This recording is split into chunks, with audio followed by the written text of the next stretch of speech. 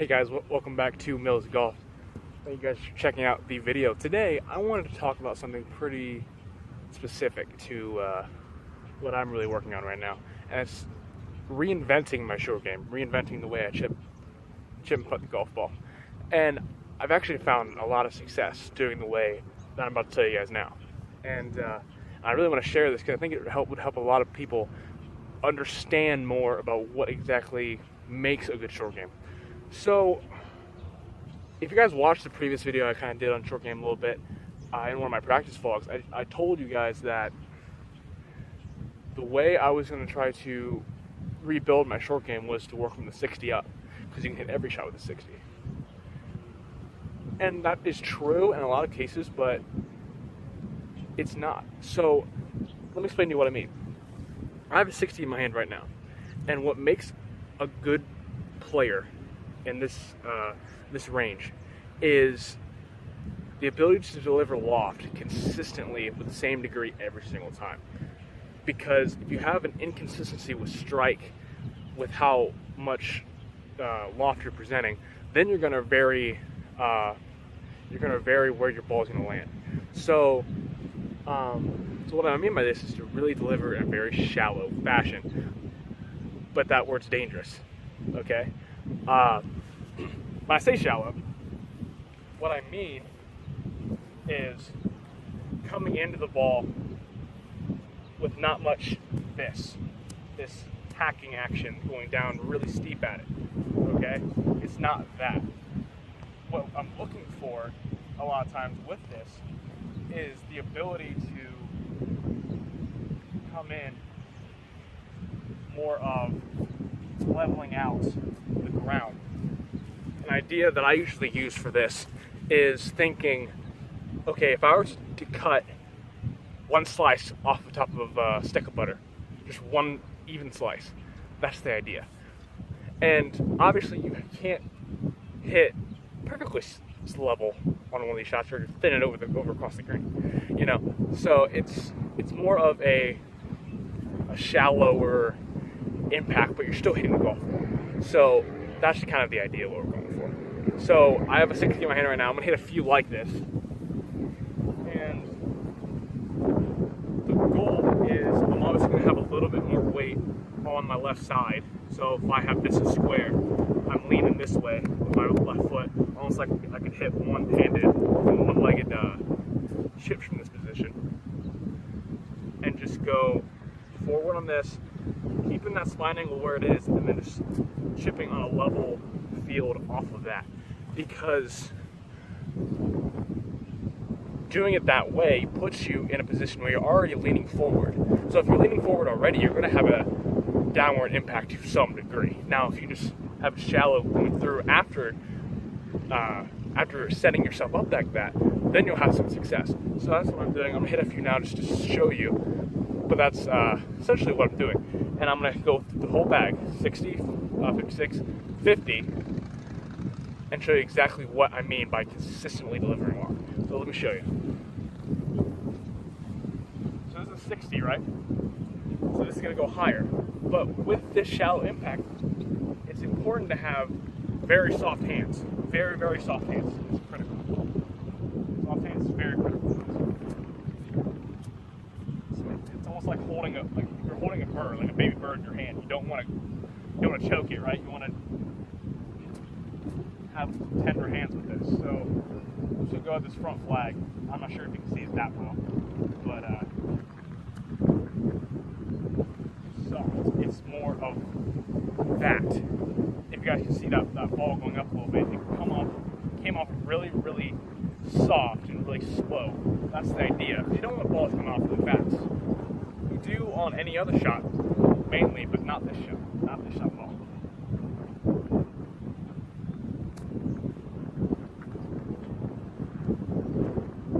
That one was winning.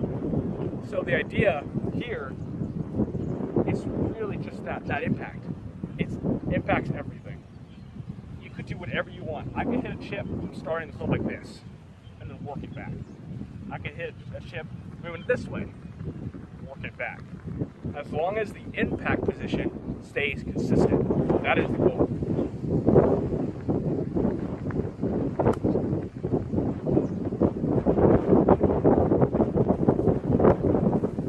see, I don't know how much you can see of that, but the check, the spin is incredible when you do it this way, because it's actually kind of it's a game of opposites. Because you'd think the more speed you have, the more spin you create. It's actually false. Sorry if it's buffing a little bit, the wind moving like always is here. But that's not true, because if you deliver, let's say, the faster you go, the more your handle is going to be leaning this way, okay? It's just fact. When you hit something hard, you're going to lean the handle more forward. It's just how things work. So, if I deliver a more, like a less lofted golf club, I'm going to strike that higher on the face, on average. Now, we're dealing with very, very small margins, but these small margins are critical in creating more and more spin. And if I strike a ball here, for example, right in the center, okay, when I'm moving quick, that's what you want. That's your 100-yard shot. That's your normal shot with a wedge. It's hitting it in that center because you're de-lofting the club. You're doing what you need to do. But on a chip, it's the opposite. You want to land it more down towards the bottom, and no, not in the bottom groove. That's not the strike you want, because that ends up having that thin shot that a lot of people know about. But it's striking it on that third groove. It's really picking that golf ball, really, really picking it, and you don't even have to work hard. I didn't work hard at all trying to get that spin on that, because I actually have a couple checks with a 60 degree, and it comes out pretty nicely. So that's the idea. It's not hard. It's just understanding what you need to do, and that's the key with the short game, is that people watch the guys on telly, and they watch and they see all these giant spinners they're hitting from 40 yards, right? They skips and stops and it comes back a little bit and all this stuff. But we forget what they're actually doing to accomplish that. And people think you have to work really hard to do that. You don't. Obviously, practice equals working hard, but not necessarily what you would think. So I'm gonna grab my 50 real quick and I'll show you what I do.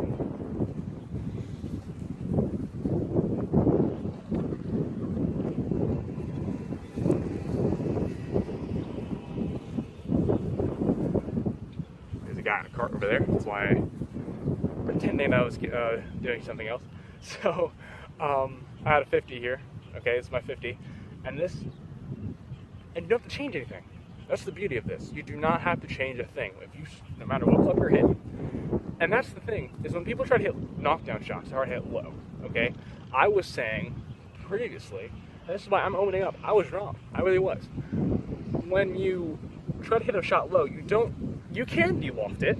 This is true. I could take a 60 and bend it this way and hit it lower. But you have no spin doing that. There's no spin coming off that golf club, and it's not gonna stop. Okay? Doing it this way creates it's more likely to have the ball interact with most of the grooves on the face. It's just how it is. Okay? So yeah, so then I'm gonna hit a couple of shots with a 50, and I'll show you that it's lower, but it's also the same spin and arguably more. So I'll show you.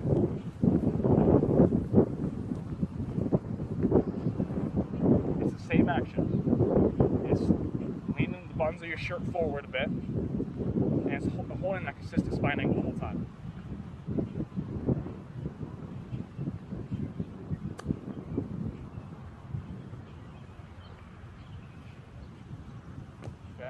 So, obviously you guys saw it's lower, but I have a lower lofted club. And that's where a bit of creativity comes into play. You can use any club you want around here.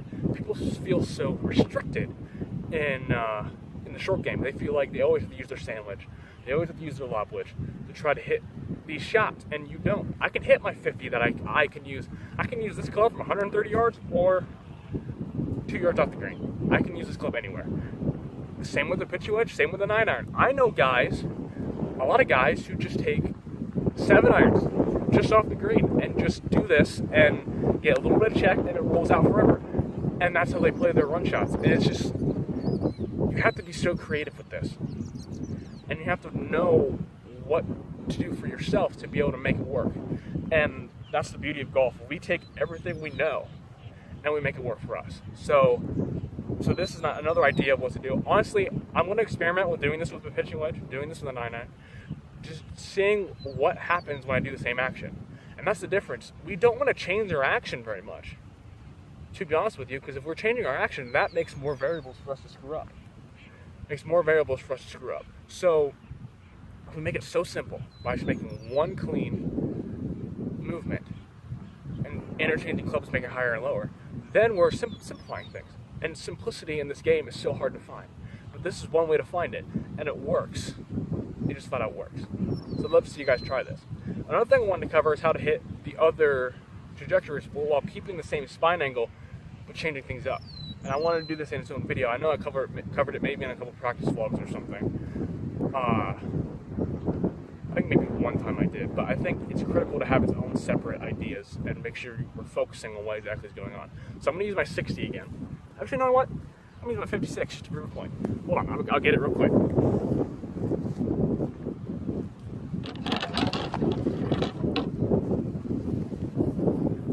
Alright, 56 here. I'm at 56. I'm going to hit a normal trajectory, and I think you guys can see trajectory from there, because I think I have it set up where you guys can kind of see what's going on. So I'm going to at least focus on how it's starting. I'm hitting normal, then I'm going to hit low, and then I'm going to hit high. And when I do that, I'm going to explain to you what you do to create each one. Without changing spine angle, without changing hinges and whatnot, that's not what we're changing. That's deathly to chipping, is to changing how much you hinge and how much you're leaning and blah, blah, blah. We want to keep that all the same. The less variables we have, the more likely we are to succeed. So, normal, low, high, okay?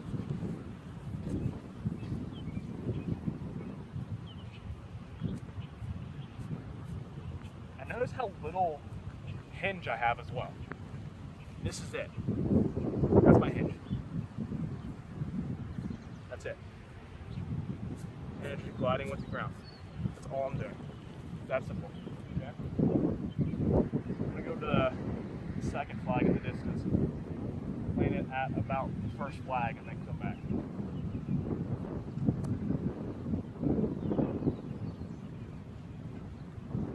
I think I kicked there just because I didn't quite hit it hard enough.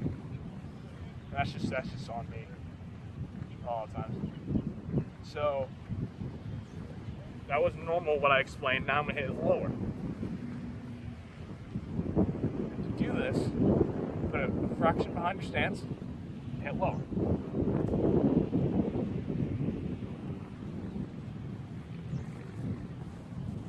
There's someone coming up here. I'm gonna have a little part 2 to this video real quick. I'll be right back. See you guys in the next part. That person had to go do some things, so I had to stop this for really quick. Sorry about the interruption. But, where was I? Oh yes, hitting a low shot. So, hitting a low is keeping the same spine angle that we normally would. We're not going to change anything.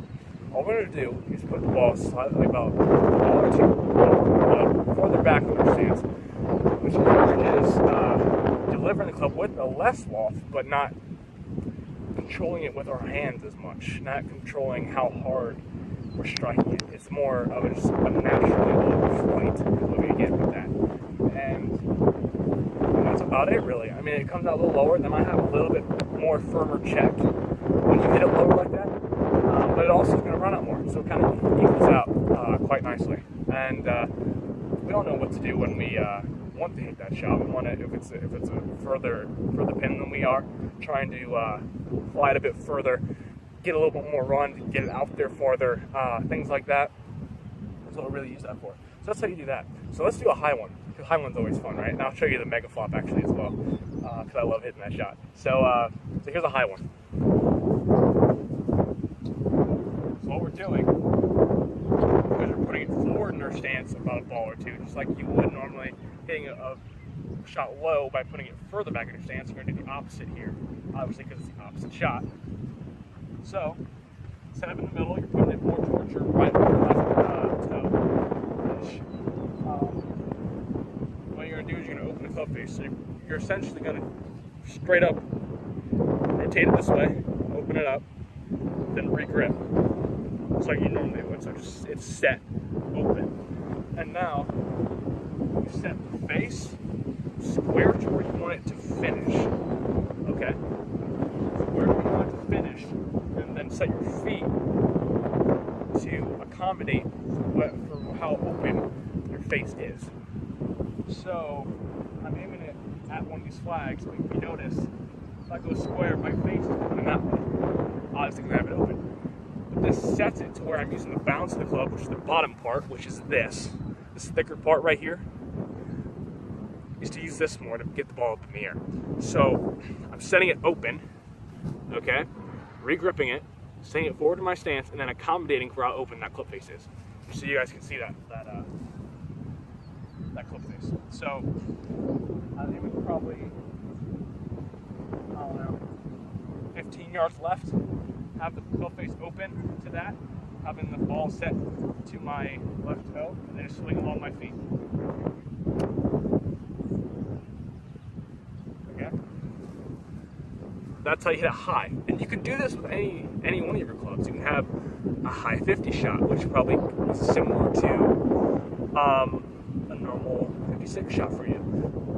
But there could be some different results in how it reacts in the green, so you have to pay attention to that and see if you can make that to go to your advantage. Same thing with anything else. So yeah, that's how you do that.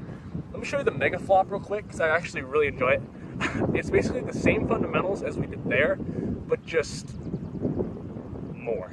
Okay, so mega flop, I have a 60 out. Use your most lofted club, try and get as high as you possibly can. And the lie is so important when you do this.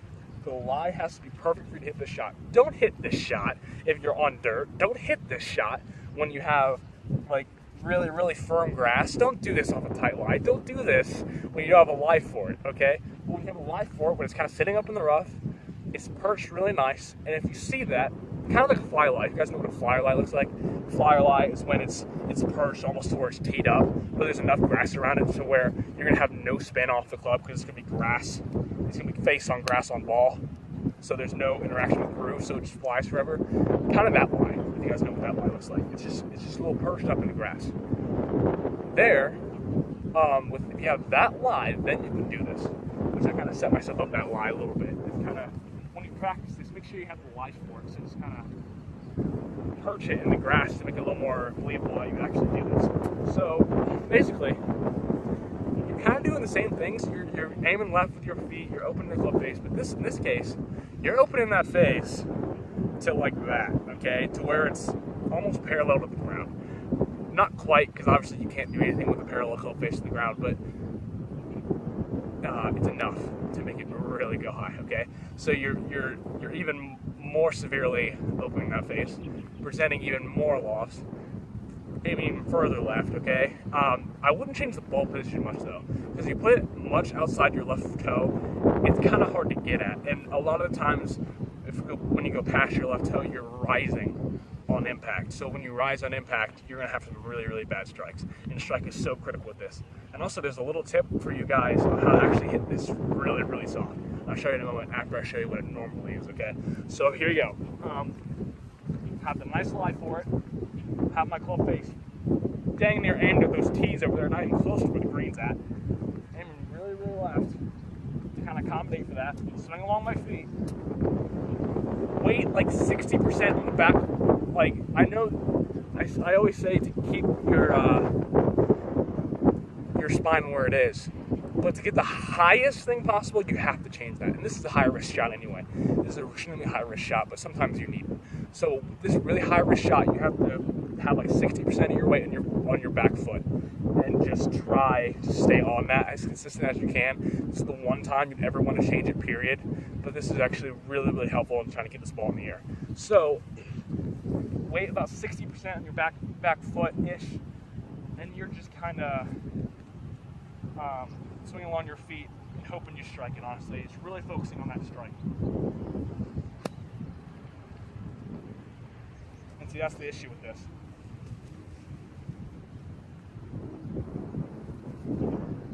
Is that you really have to be careful of where you're setting your feet, or you'll do what I just did, okay? Let me give it another go. I know I can get this shot better than that.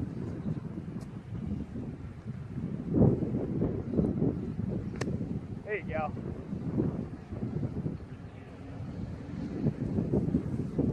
That's really freaking high. So that is the mega flop kind of idea is what we're trying to consider when we're hitting a really high shot. So that's all I really wanted to get through today because it's transformed my short game. I'm hitting the best shots from around the greens I've hit probably ever, honestly. And I've been doing it by having softer hands, doing the fundamentals that I said earlier in this video. So it's really, really critical for everyone to hear what kind of these ideas are and really try to fit them into your own game and maybe see if it works for you. If it doesn't, it doesn't. Everyone's different, but for me, it is the best way for me to hit chip shots. So I hope you guys enjoyed this video. I hope you guys learned a little something. Maybe it's input in one of your games, because it's my dream to be a teacher one day, be a PGA professional one day. And these videos like this really help me trying to get better at conveying stuff to viewers and things like that, and students and what have you. So thank you all for that opportunity, and thank you guys for watching this video. If you like what I do and you want more of this, go ahead and smash that subscribe button down below for me, that giant red button, because I hope you already know your support is greatly appreciated. And the more subscribers I'm able to obtain, the more likely I'm more often to do this kind of do this stuff with the practice vlogs, with these kind of videos. I actually enjoy these videos a little bit more, and everything like that. You know, subscribing and just having more traffic really helps people like me out. So go ahead and do that if you like what I do, and if you don't, that's fine. But I would really appreciate it if you would. So thank you all for watching. Hope you all enjoyed, and I hope you all have a great day.